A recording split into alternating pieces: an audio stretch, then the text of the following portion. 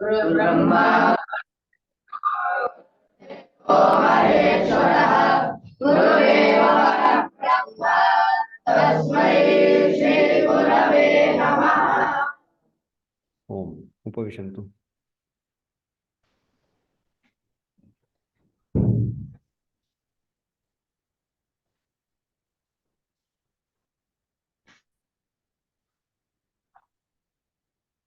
आज का हमारा विषय है कि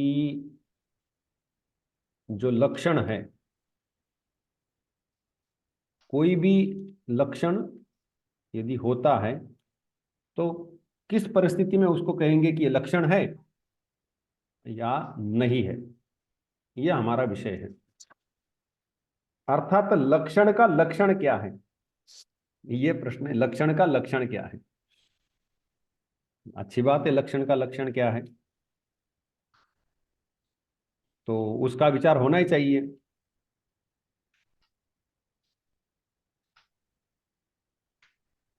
क्योंकि जब तक इसका विचार नहीं होता है तब तक किया हुआ, कोई बोलेगा कि ये लक्षण है ना, तो भाई ये लक्षण है कि नहीं हम कैसे समझे।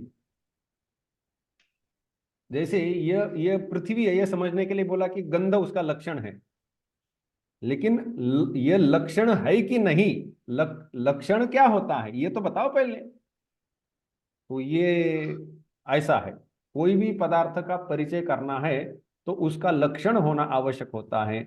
और लक्षण भी एक पदार्थ है तो उसका भी लक्षण बताए, तो लक्षण का लक्षण बताओ, ये यहाँ पर प्रश्न है। तो सामान्यतः लक्षण का काम क्या है? लक्षण का काम क्या है कि लक्षण किस लिए लाया जाता है कि हमें कोई पदार्थ है उसका परिचय करा देना है। पदार्थ का परिचय करा देना। पदार्थ का परिचय करा देना जो है, जैसे कि किसी को किसी गांव में भेजा, अब बोला कि वहां पर ये अमुक अमुक व्यक्ति को बुला लाओ या उस व्यक्ति को ये चीज दे करके आओ, तो उस व्यक्ति के बारे में यदि नाम है तो अच्छी बात है कि भाई ये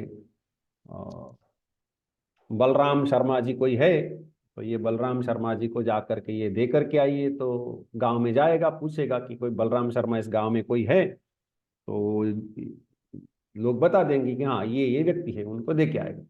मान लो कि नाम पता नहीं है, अरे वो वहां पर मिले थे, उन्होंने बताया था लेकिन मैं नाम भूल गया। वो लंबे कद के हैं, गोरे से हैं, बड़े बड़े बाल होते हैं, और ऐसा मतलब एक दो तीन चार चीजें। चपटा नाक है, लंबा नाक है, इस प्रकार से सब बोल दिया। तो ऐसे करते करते क्या बोलना पड़ेगा कि जैसे बोलेंगे कि अरे उनका कद लंबा है, तो गांव में 100 लोग मिल सकते कि लंबे कद वाले, है ना, तो उससे काम नहीं बनेगा। तो और थोड़ा सा बताइए, लंबा नाक है तो हर हर ऊंचा व्यक्ति, लंबे कद वाला व्यक्ति का नाक ऊंचा होगा, लंबा होगा, कोई अभिप्रेत नहीं लेगी। उससे 10-15 लोग या 20-30 लोग कट भी सकते हैं, या 10-15 लोग ही मिलेंगे जिनका ऊंचे भी है और नाक ऐसा है। गोरे हैं, उससे और थोड़ा सा असुविधा हो जाएगी कि और भी लोगों जो है कद भी ऊंचा है, नाक भी लंबा है और गोरा भी है, तो और थोड़ी सी सुविधा हो जाएगी कि मतलब उसको यदि ढूंढ करके वो चीज दे के आनी है तो उसको कम से कम वो 8-10 लोग ही ढूंढने पड़ेंगे, उससे अधिक नहीं। यदि केवल लंबे व्यक्ति को तो 100 ढूंढने पड़ते, हर एक को पूछना पड़ता कि भाई वो वाले तुमको वहां मिले थे, उन्होंने ये दिया है, ये तुम ही हो क्या, तुम ही हो क्या, तो वो समस्याग्रस्त हो जाएगा। अर्थात हमें जिस व्यक्ति का परिचय कराना है उसके बारे में ऐसा कुछ वर्णन देना चाहिए जो केवल उसी व्यक्ति में मिलता है और दूसरे किसी भी व्यक्ति में नहीं है। तब जाकर के वो निश्चित रूप से उसी व्यक्ति को पकड़ेगा। तो वह उस व्यक्ति का जो चिन्ह है, कुछ भी ना कुछ, जैसे कि बोल दिया कि देखो उसके है ना, ये बाएं गाल पर एक तिल है, तो ये बहुत विरल चीज है। बाएं गाल पर तिल है, लंबा है, नाक ऐसी है, गोरा है और बाएं गाल पर तिल है, तो हो सकता है कि एक ही मिले, बड़ी संभावना है। यद्यपि इसमें दोष रह सकता है, लेकिन अभी सुविधा बहुत हो गई। अब जाकर ढूंढने वाले को बड़ा कष्ट होगा कि हर वो लंबे कद के व्यक्ति के जाकर गाल को देखो तिल है कि नहीं, तिल है कि नहीं, ये थोड़ा सा व्यवहार में कठिनाई उत्पन्न कर सकता है। लेकिन पहचान कराने में यह एक अच्छा कदम आगे बढ़ाया गया है। तो कहने का तात्पर्य यह है कि कोई भी पदार्थ का, व्यक्ति का, वस्तु का हमें परिचय कराना है, जो व्यक्ति जानता नहीं है उसको बताना है कि अमुक अमुक, तो हमें उस पदार्थ के, व्यक्ति के, वस्तु के बारे में ऐसी कुछ चीजें बोलनी पड़ती है जिससे केवल अभिप्रेत व्यक्ति या वस्तु ही पता चले, उससे बाहर किसी को भी न पकड़े, है ना, एकाधिक को न पकड़े, जो अभिप्रेत है उसको ही पकड़े। अच्छा ठीक है, तो ऐसा जो वर्णन है ना, परिचय कराने वाला जो वर्णन है,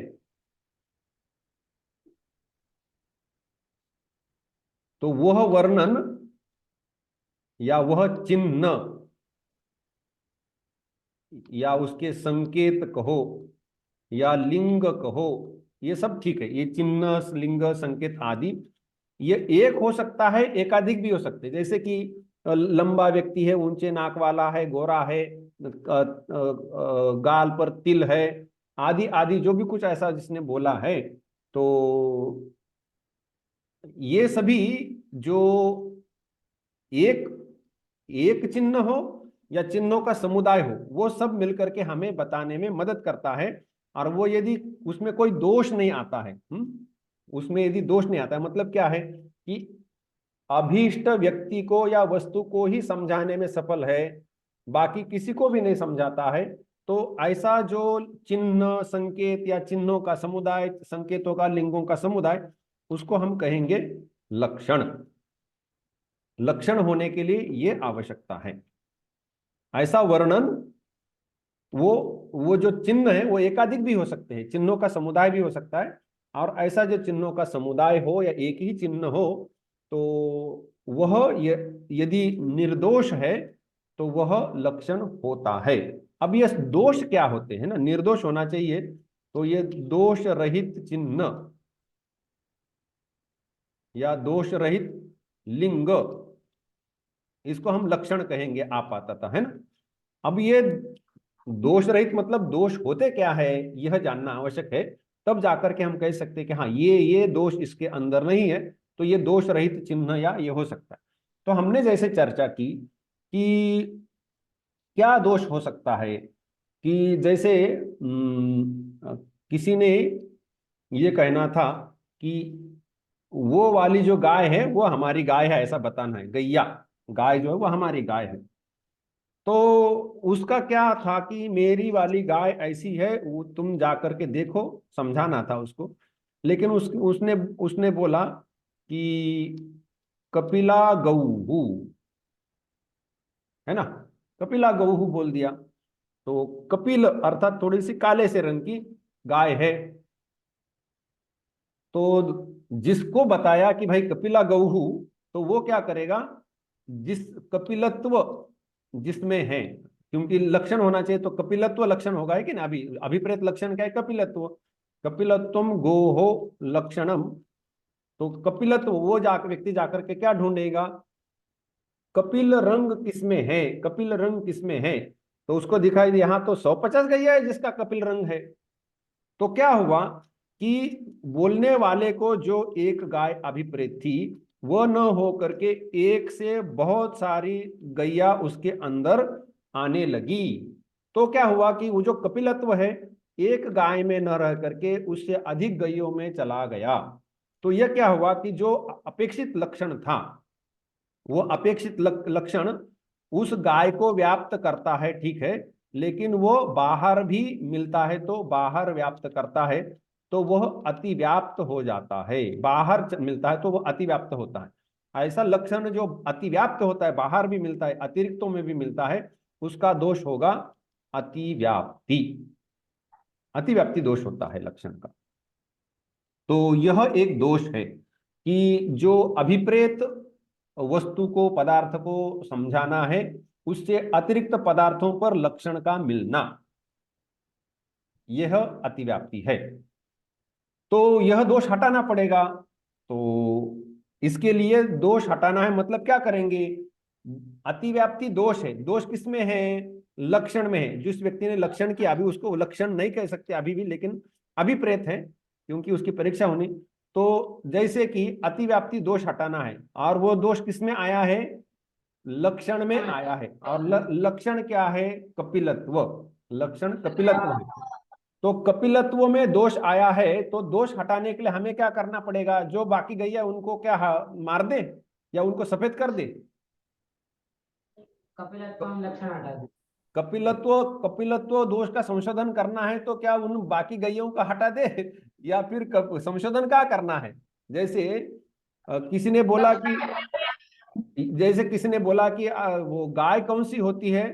तो जिसको श्रृंग होता है, श्रृंग जिसका होता है उसको कहेंगे श्रृंगी। श्रृंगी, श्रृंगीन शब्द है, तो उसका प्रथमा का एक वचन पुल्लिंग में होगा श्रृंगी। ठीक है, तो श्रृंगी ऐसा किसी ने बोल दिया, तो गाय, मेरी गाय श्रृंगी है, अर्थात गाय में लक्षण क्या होगा? श्रृंगित्व। श्रृंगित्व ऐसा लक्षण करना पड़ेगा हमारे इसके अनुसार, क्योंकि भाव प्रत्यय लगाना पड़ता है लक्षण बनाने के लिए। और श्रृंगित्व में क्या हुआ है कि श्रृंग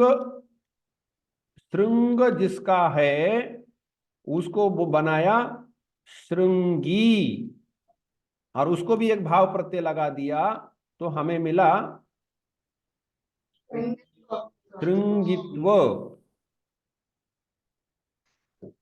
अब इसमें क्या करना है? ये जो यहाँ प्रत्यय लगा है ना, श्रृंग को इन प्रत्यय लगा है, वो इन प्रत्यय जो है वह मत्वर्थी प्रत्यय है। तो ये मत्वर्थी और तो प्रत्यय हमने समझने के लिए हटा देने, तो हमें क्या मिलेगा? श्रृंग। तो उसका वह श्रृंगित्व लक्षण है या श्रृंग भी लक्षण हो सकता है। तो अब किसने बोला कि मेरी गाय है, वह उसका लक्षण श्रृंगित्व है या श्रृंग है? अच्छी बात है। जा करके देखा कि वहां तो सभी गैयों को प्राय सिंग लगे हुए हैं, तो यह जो लक्षण है इसमें दोष आ गया। कौन सा दोष आ गया? अतिव्याप्ति दोष आया। तो अतिव्याप्ति दोष यदि हटाना है तो क्या करना है? बाकी गैयों के सिंग काट दे। तो क्या अतिव्याप्ति दोष कैसे हटेगा? नहीं तो अरे श्रृंग में दोष आ गए ना, श्रृंग लक्षण है, दोष उसमें आ गया कि वो बाकी जगह मिलता है, तो सभी बाकी जगह मिलते वहां से काट दो तो सीधा हो जाएगा।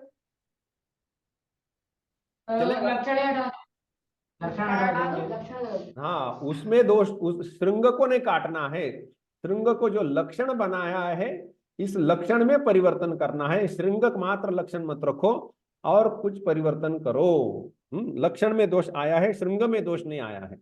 नहीं तो श्रृंग में दोष आएगा तो श्रृंग काटना पड़ेगा। श्रृंग यदि लक्षण करे तो उस लक्षण में दोष है, श्रृंग में दोष नहीं है।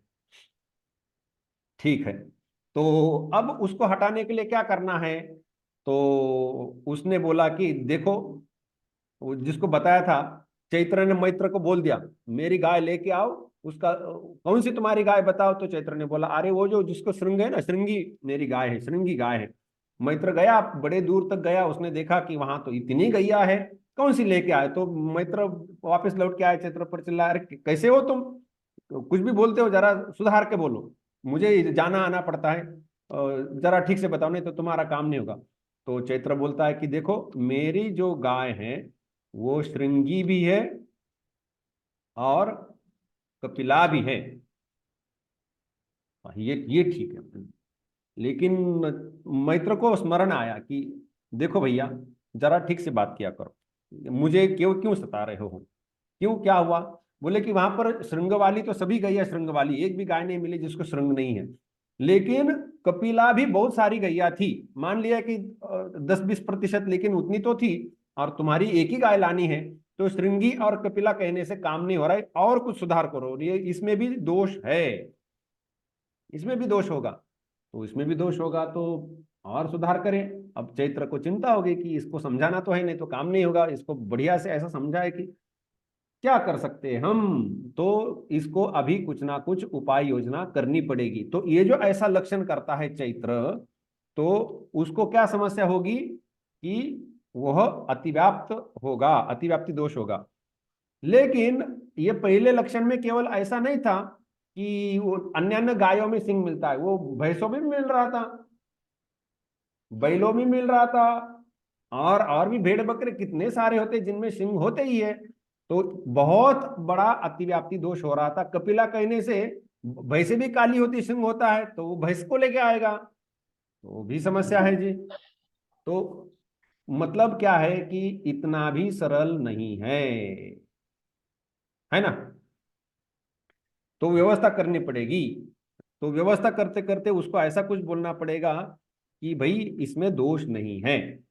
तो अब हम क्या चर्चा कर रहे हैं हमें यहाँ पर कि दोष किस प्रकार का दोष होता है। हम क्या ढूंढ रहे थे कि जिसमें दोष नहीं है ऐसा जो चिन्ह है उसको हम लक्षण कहेंगे। तो हम दोषों की चर्चा कर रहे थे, तो अतिव्याप्ति दोष हम देख रहे। तो इस प्रकार से यह अतिव्याप्ति दोष होता है। उसका दूसरा यदि उदाहरण लेते हैं कि मैंने बोला कि अरे छात्र को बुलाओ। वस्तुतः मेरे मन में पक्का पता है कि अमुक व्यक्ति बोला, लेकिन मैंने बोला कि छात्र को बुलाओ। अब तुम लोग उठे चले कि गुरुजी बात ऐसी है कि विश्व में छात्र कितने सारे हैं, किसको बुलाए, है ना।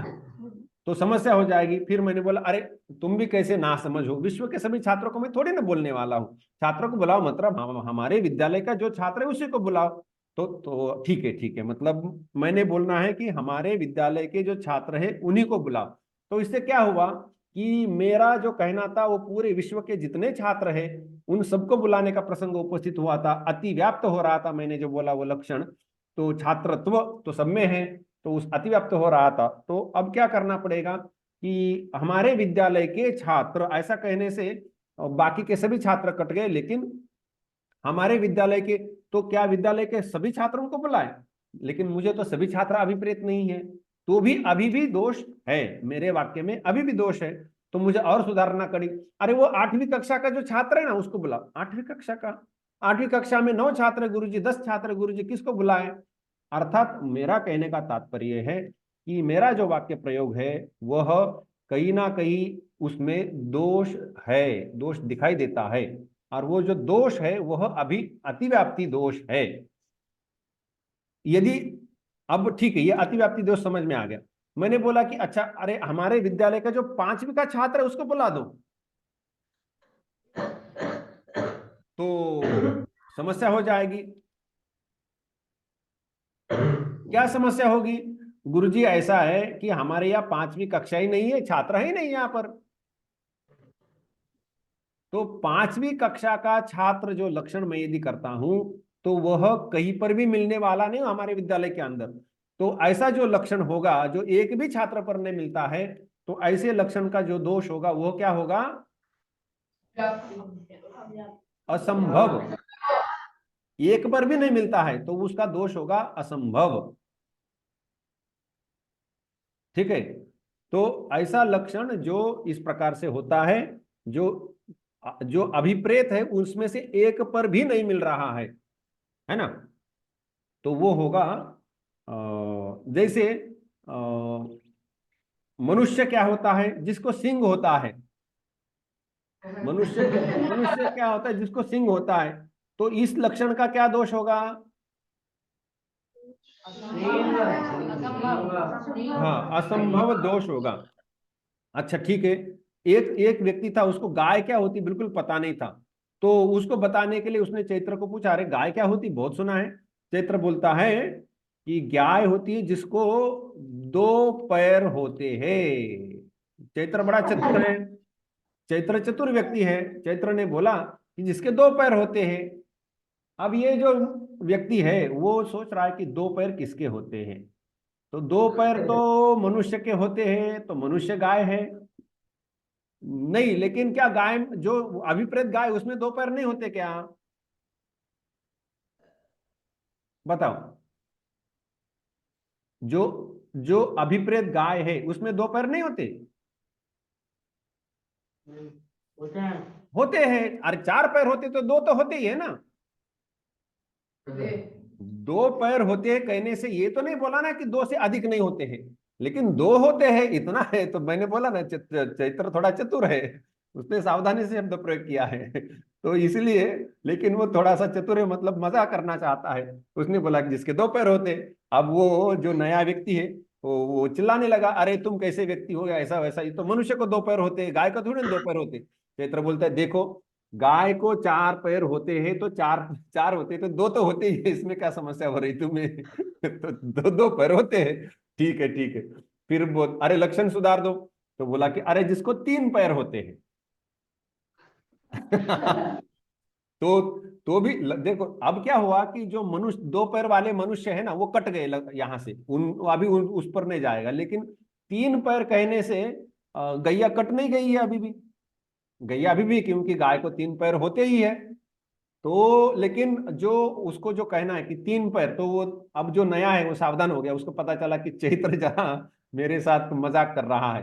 तो वो कहता है कि देखो 3 पैर होते मतलब जिन जिनको 4 पैर होते उनको 3 पैर तो होते ही है। तो जितने सभी 3 पैर वाला कोई भी प्राणी नहीं दिखता है, मान लिया मैंने। लेकिन जो 4 पैर वाले सब में 3 पैर तो होते ही है। तो 4 पैर वाले में से तो सभी गैया होना शुरू हो जाएगा। तो चैत्र सावधान हो गया।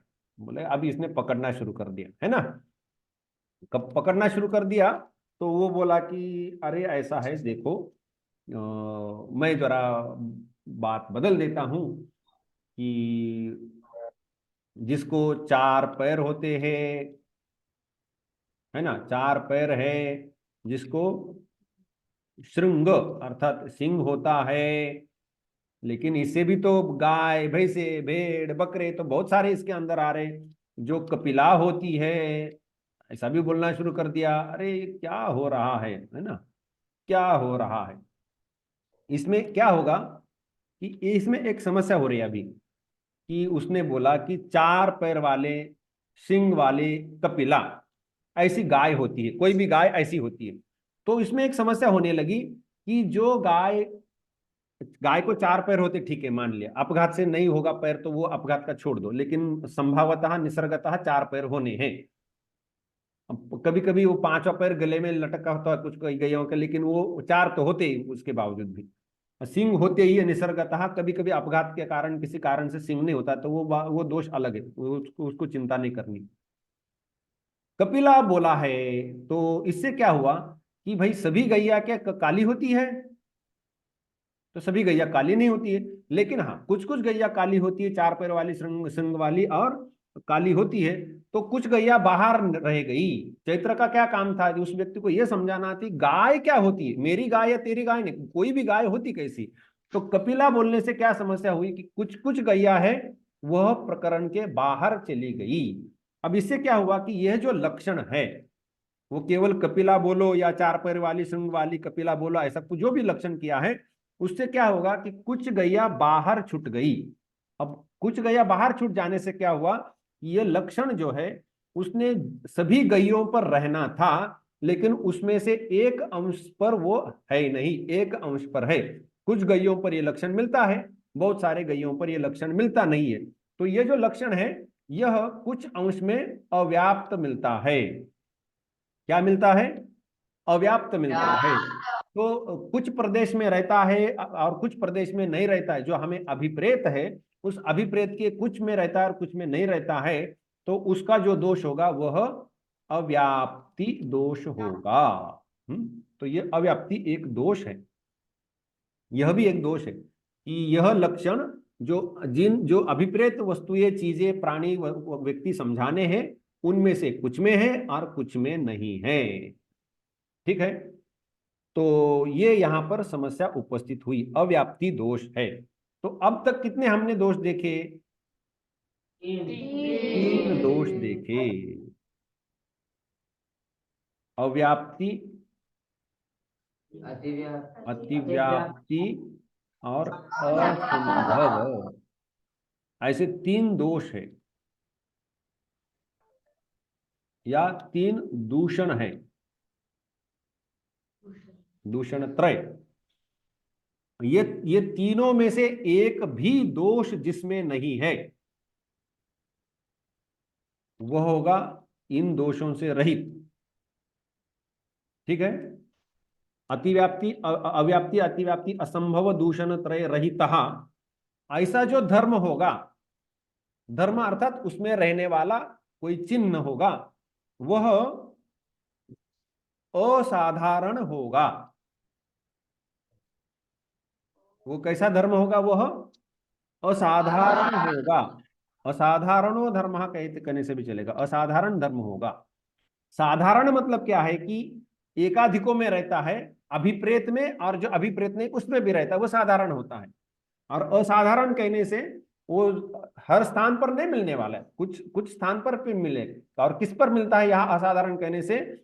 हमें जिसको समझाना अभिप्रेत है केवल उसमें ही है, उसमें सब में है, और उसके बाहर नहीं है। तो ये ध्यान में रहे। हमें जिन जिन वस्तु को, पदार्थ को, व्यक्ति को, पशुओं को, प्राणियों को समझाना है, उनमें है, उनमें सब में है, उनमें ऐसा एक भी नहीं कि जिसमें वो नहीं है, और उसके बाहर किसी में भी नहीं है। तो उनमें है कहने से क्या होगा कि असंभव दोष दूर हुआ, उनमें है मिलता है। उनमें सभी में है, एक में भी नहीं ऐसा नहीं, तो क्या होगा कि अव्याप्ति दोष कटा। उसमें से एक में भी नहीं ऐसा नहीं, तो अव्याप्ति दोष कट गया। और उसके बाहर किसी में भी नहीं, तो उससे कौन सा दोष कटेगा? अतिव्याप्ति दोष कटेगा। तो ऐसा लक्षण, ऐसा धर्म जो अभिप्रेत वस्तु पदार्थ आदियों में है, उनमें सब में है, एक में भी नहीं ऐसा नहीं है। और अभिप्रेत जो समुदाय, या जो भी एक समुदाय हो या एक हो, उसके बाहर किसी पर भी नहीं है। तो इसका अव्याप्ति, अतिव्याप्ति, असंभव, ये जो दूषण त्रय है उससे रहित जो होगा वह असाधारण धर्म होगा। और ये असाधारण धर्म है, वही लक्षण होता है। तब यह लक्षण बनेगा, यह ध्यान में रहना चाहिए। यहां पर एक धर्म शब्द आया है, उसको थोड़ा सा लेना, यहां पर चर्चा में लाना आवश्यक है। क्योंकि धर्म शब्द बहुत अर्थों में प्रयुक्त होता है। धर्म शब्द से ब्रह्म,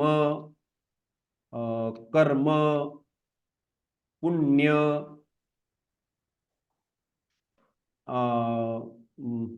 ये सब सामान्यता लिए जाते हैं। धर्म, ब्रह्म, कर्म, पुण्य, ये लिए जाते हैं। कोई नियम भी होता है, ऋत आदि नियम भी होता है, ये यहाँ का धर्म है आदि।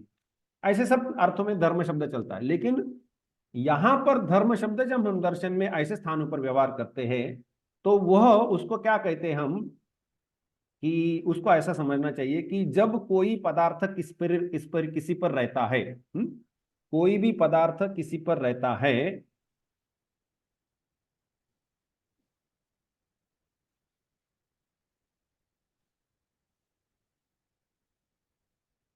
तो रहने वाला धर्म कहलाता है। और जिसमें रहता है वह धर्मिन, या धर्मी, धर्मिन मूल शब्द है, धर्मी कहलाता है। ठीक है। दर्शन में हमें धर्म शब्द से क्या लेना पड़ता है? सामान्यतः ऐसे स्थलों पर, असाधारण धर्म आदि में यह लेना पड़ता है। तो जैसे कि भूतल है और भूतल पर घट है, तो एक पर दूसरा है, भूतल पर घट है, तो जो रहने वाला है, मतलब जो ऊपर रहने, तो ऊपर जो ऊपर रहने वाला मतलब उसमें रहने वाला, ऊपर रहने वाला जो है, उसको कहेंगे धर्म। तो यहाँ धर्म कौन सा होगा? भूतल पर घट है तो धर्म क्या होगा? भूतल और घट में धर्म किसे कहेंगे? हाँ, घट को या भूतल को? भूतल को। हमने क्या बोला कि भूतल पर घट है, तो भूतल पर घट रहता है ऐसा कहा। तो जो रहने वाला है, ऊपर रहने वाला है, उसको धर्म कहना है। और जिस पे रहता है ना, जिसमें रहता है, तो घट किसमें है? तो जिसमें रहता है, हाँ, तो उसको कहेंगे धर्मी। तो यहाँ पर भूतल पर घट है, तो धर्मी क्या है? भूतल भूतल। और धर्म क्या है? घट है। धर्म घट है। ठीक है। जो ऊपर रहता है वह धर्म कहलाएगा, और जिस पर रहता है वह धर्मी कहलाएगा। ठीक। ये धर्म धर्मी सामान्यता समझना चाहिए। तो इसलिए हम जो 2 दिन से, पिछले 2 दिन से चर्चा कर रहे थे कि धर्म लक्षण ने क्या होना, उसमें होना चाहिए। तो ये धर्म शब्द से यही अभिप्रेत है यहाँ पर कि उसमें होना चाहिए। इसलिए जो रहता है वह धर्म है, जिसमें रहता है वह धर्मी है। इसको संक्षेप से इस ऐसा भी गुरुजी ने जब हमें पढ़ाया था, उन्होंने यही बोला था, जो रहता है वह धर्म है, और जिसमें रहता है वह धर्मी है ना। जो रहता है वो धर्म है, जिसमें रहता है वह धर्मी है। तो जैसे पेड़ पर फल है, तो धर्म धर्मी क्या है? पेड़ धर्मी और फल धर्म। पेड़ पर फल है। ठीक है। लता पर फूल है, तो क्या होगा? धर्म धर्मी विभाग क्या होगा? धर्म क्या है? फूल फूल फूल। फूल। और धर्मी क्या है? ठीक है। अगला लेते हैं। फूल जो है, फूल लाल है, तो अब बताओ धर्म धर्मी क्या होगा? धर्म लाल है। धर्म लाल है। जी। अच्छा, लाल, लाल को लाओ तो किसको लाओगे? फूल को लाओगे कि क्या, किसको लाओगे? धर्मी को। अरे लाल को लाओ बोलने से किसको फूल को लाओगे? लाएंगे। फूल को लाएंगे। फूल को। तो लाल तो स्वरूप हो गया। पर वह उसमें फूल में है इसलिए। मतलब फूल में क्या है? लाल रंग। हाँ, लाल, लाल रंग, लाल रंग कहना पड़ेगा। लाल रंग जो है वह धर्म है। लाल रंग धर्म है। और लाल रंग जिसमें है वह फूल है। फूल धर्मी होगा, है कि नहीं? लाल फूल कहने से लाल रंग धर्म होगा। केवल लाल लाल लाओ तो फूल लेके आएंगे तो वो स्वरूप हो जाएगा, हमने इतनी चर्चा की उसके बारे में। वैसे सुंदर फूल है, इसमें धर्म धर्मी निर्णय कैसे होगा?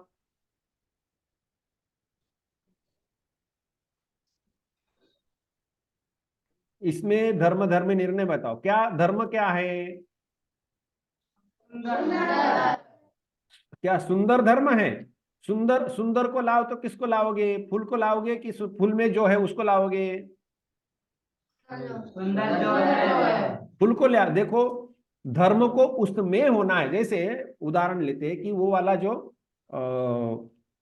भूतल पर घट है ना। तो इसमें यदि घट ले आओ तो क्या भूतल ले आओगे? नहीं। नहीं। तो यहाँ पर यदि हम सुंदर फूल लाओ तो सुंदर लाने के, सुंदर लाओ तो फूल ले आ रहे हो तुम, तो मतलब धर्म नहीं ला रहे हो ना। सुंदरता है धर्म। सुंदरता हाँ। धर्म है। हाँ, तो यहाँ पर देखो, जैसे भूतल पर घट है, हम घट अलग से ले आते हैं, भूतल को छोड़ देंगे। यदि सुंदर फूल है ऐसा कहते हैं, तो इसमें यदि सुंदर धर्म माना जाएगा तो सुंदर को ले आओ तो फूल ही ले आओगे, तो यह गलत होगा। तो क्या करना पड़ेगा इसको लक्षण बनाने के लिए, धर्म बनाने के लिए? सुंदरता। सुंदरता या सुंदरत्व करना पड़ेगा। तो धर्म होगा सुंदरता। और धर्मी कौन होगा? फूल। फूल धर्मी होगा। ठीक है। तो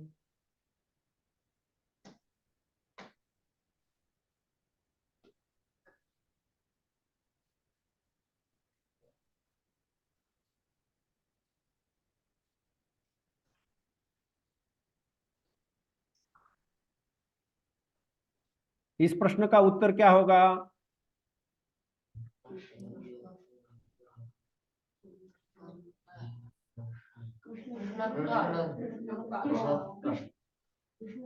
कृष्णत्व धर्म है। कृष्णत्व धर्म है क्योंकि वो कलर है। और धर्मी और अलग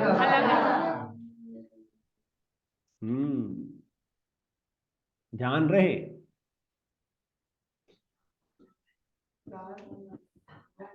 बलवान रामः इत्यत्र धर्मी धर्म निर्णयं कुरुत। बताओ तो कैसे होगा? बलवत्व धर्म है। धर्म क्या होगा? राम में क्या है? बल है अथवा बलवत्व है ना? तो ये भी बल भी नपुंसकलिंगी है, ये भी नपुंसकलिंगी है। तो बलवत्वम अथवा ये। और धर्मी क्या है फिर? राम। हाँ ठीक है। अब समझ में आ रहा है कि धर्म धर्मी भेद कैसे समझना है। पक्का हो गया?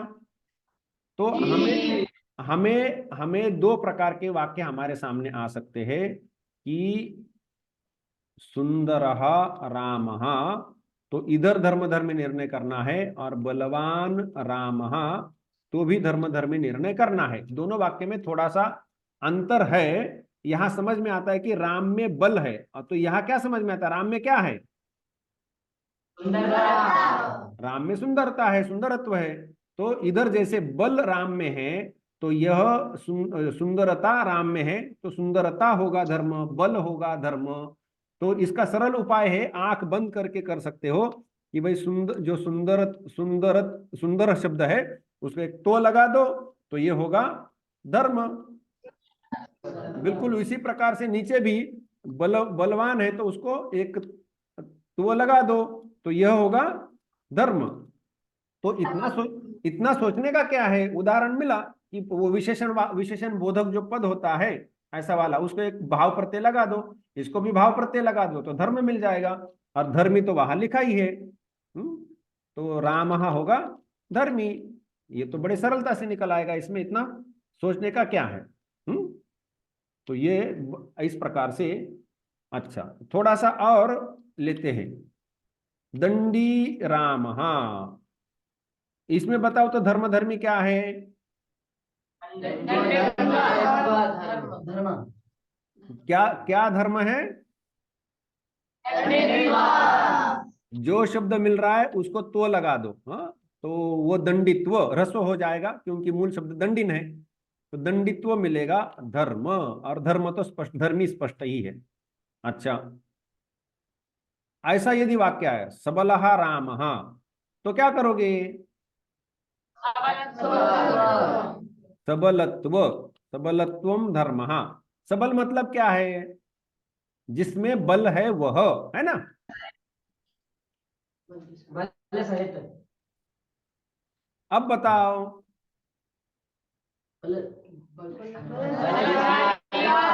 बलशालित्व बलशालित्वम धर्मः, ये ठीक है, अच्छी बात है।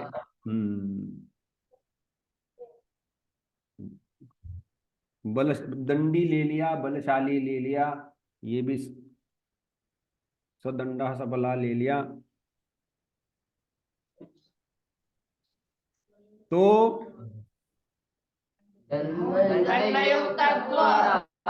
हाँ दंड युक्तत्वम धर्म है, ये हमारा परिभाषा से निकल के आ। लेकिन ऐसा ही यदि समझना चाहते हो कि दंड युक्त राम, इसमें धर्म क्या है?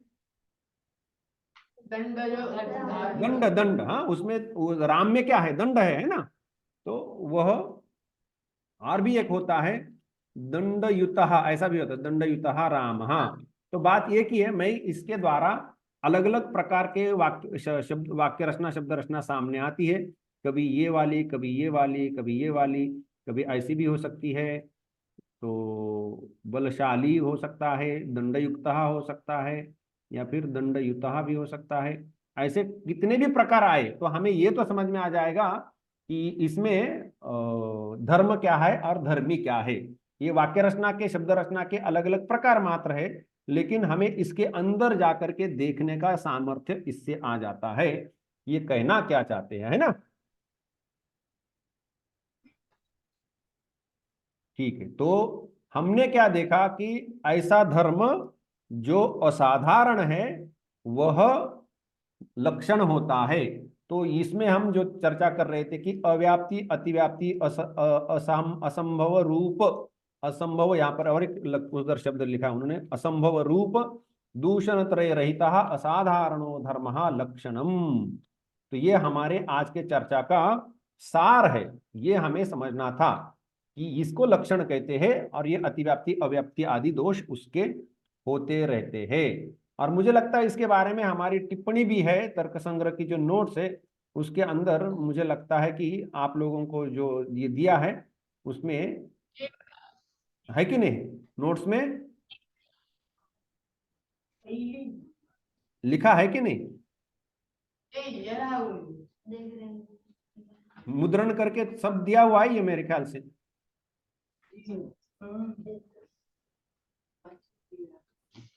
कहाँ गए नोट्स?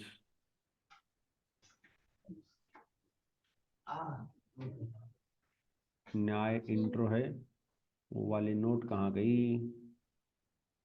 ठीक है, मैं देख लेता हूँ कहाँ चली गई। तर्क संग्रह पाठ,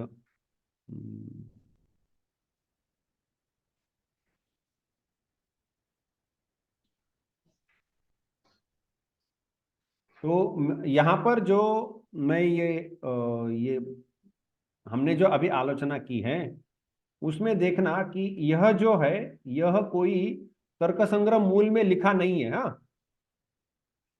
तर्क संग्रह मूल में नहीं है, ये दीपिका आदि ग्रंथों में मिलता है। तो क्या है कि हमें तर्क संग्रह में क्या करना पड़ता है कि उद्देश्य, लक्षण और परीक्षा, हाँ इसको कहते हैं संग्रह, तो ये करना पड़ता है। तो ये तर्क संग्रह में संग्रह शब्द का अर्थ है ये उद्देश्य, संक्षेपेण उद्देश्य लक्षण परीक्षा, ये करना पड़ता है। तो यहाँ पर उद्देश्य क्या है, तो वो सरल है, जो बोलना है आपको उनके नाम बोल दो तो ये लक्ष्य उद्देश्य हो जाता है। लक्षण, तर्क संग्रह लिखने वाले लेखक तो लक्षण लिख रहे हैं, तो भाई लक्षण क्या होता है ये तो थोड़ा समझे। तो इसलिए यहाँ पर वो लक्षण के बारे में हमने आलोचना की कि ये वाले दोष होते हैं, और इसलिए ये हमने और ये लक्षण की हमने देखा ना कि अव्याप्ति, अतिव्याप्ति आदि जो दोष होते हैं वो उस बताए हुए दोष में, बताए हुए लक्षण में ऐसा कोई दोष है या नहीं, ये ढूंढने को ही परीक्षा कहते हैं। परीक्षा और क्या है कि जो लक्षण वक्ता ने बताया उसके अंदर यह दोष है या नहीं, ये ढूंढ के निकालना, इसी को ही परीक्षा कहते हैं। और इसीलिए परीक्षा क्या है ये भी समझना चाहिए। इसलिए आज का जो हमने जो प्रकरण लिया, टॉपिक लिया, वो इसी दृष्टि से लिया कि उद्देश्य लक्षण परीक्षा हमें करनी चाहिए। और उसमें उद्देश्य ठीक है, लेकिन लक्षण क्या होता है, परीक्षा क्या होती है, ये समझ में आना चाहिए। तो हमने यहाँ पर आज की आलोचना में जिस प्रकार से हमने शुरू किया था कि मेरी गाय कौन सी होती है, तो वो कपिला गाय होती है। तो जाकर देखा बहुत सारी कपिला गाय मिल रही है, तो एक से अधिक गायों में चला गया, मेरी एक गाय होती, तो उसमें अतिव्याप्ति दोष दिखाया। या हमने क्या किया कि क्रमशः आलोचना के अंदर एक एक लक्षण लिया जिसके अंदर दोष है ऐसा देखा, और उसके बाद उसका परिहार करने के लिए थोड़ा थोड़ा प्रयास किया। ऐसा करते करते हमने उन दोषों का, ये दोष है इसको दूर करो, इसको दोष को दूर करो, इस प्रकार से। लेकिन हमने कोई ऐसा एक भी लक्षण नहीं बताया कि जो गाय का लक्षण हो। गाय कौन सी होती है जी, तो जिसको सासना होती है। सासना, सासना मतलब क्या होता है, गल कंबल, गल कंबल, गले में जो कंबल लटकता है ये नीचे गाय के, उसको गल कंबल कहते हैं। तो सासना, सासना आदि, सासना आदि, तो सासना आदि में क्या लेना है, ककुद, ककुद, खुर, विषाण आदि लिए जाते हैं। मतलब जिसके गले में कंबल है, जिसको ककुद मतलब जो गाय का जो मुंह होता है, फिर गला होता है, और गले के पीछे सामने वाले पैरों के ऊपर ऐसा ऊंचा भाग होता है। हिंदी में क्या कहते हैं उसे, कुबड़।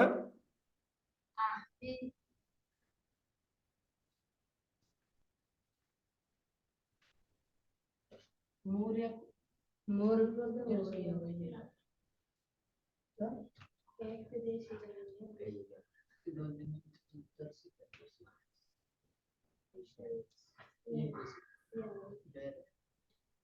ये जो होता है ना, ये वाला क्या कहते हैं उसे? मोर या घूबर दोनों बोलते हैं। हाँ, मोर या घूबर दोनों बोलते हैं। ये इसको कहते हैं ककुद। हाँ, ककुद। ये जो ककुद है, ये वाला, भगवान राम को काकुत्स्थ कहते हैं। तुम लोगों को पता तो होगा, काकुत्स्थ कहते हैं कि नहीं? ऐसा सुना है कि नहीं, राम को काकुत्स्थ कहते हैं? नहीं? अच्छा ठीक है, छोड़ दो। तो ये जो ककुद है, ककुद, खुर मतलब पैर के, जो नीचे पैर के जो कठिन प्रदेश होता है, चलते चलते ये जो गाय के इधर लगा होता है उसको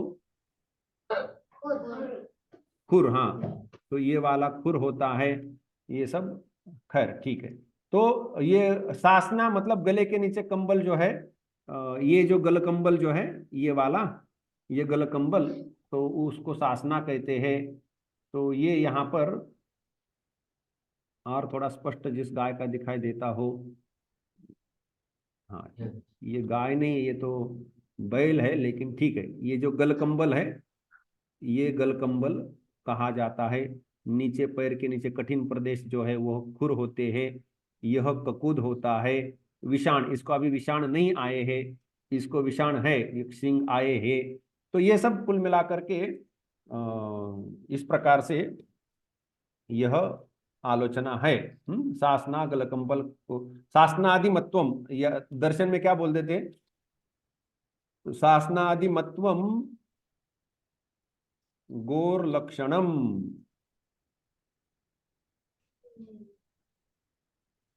ऐसा तो आदि शब्द से वो लेना पड़ता है। तो इस प्रकार से लक्षण करेंगे तो उसमें वो दोष नहीं रहता है, आदि आदि बोला जाएगा। ठीक है। तो आज की हमारी चर्चा रही लक्षण का लक्षण क्या होता है और उसके दोष क्या होते हैं, और वो दोष न होने से ही उसको लक्षण बोला जाएगा। आदि चर्चा हमने कर ली। तो इसलिए आज का पाठ हम यही समाप्त करते हैं।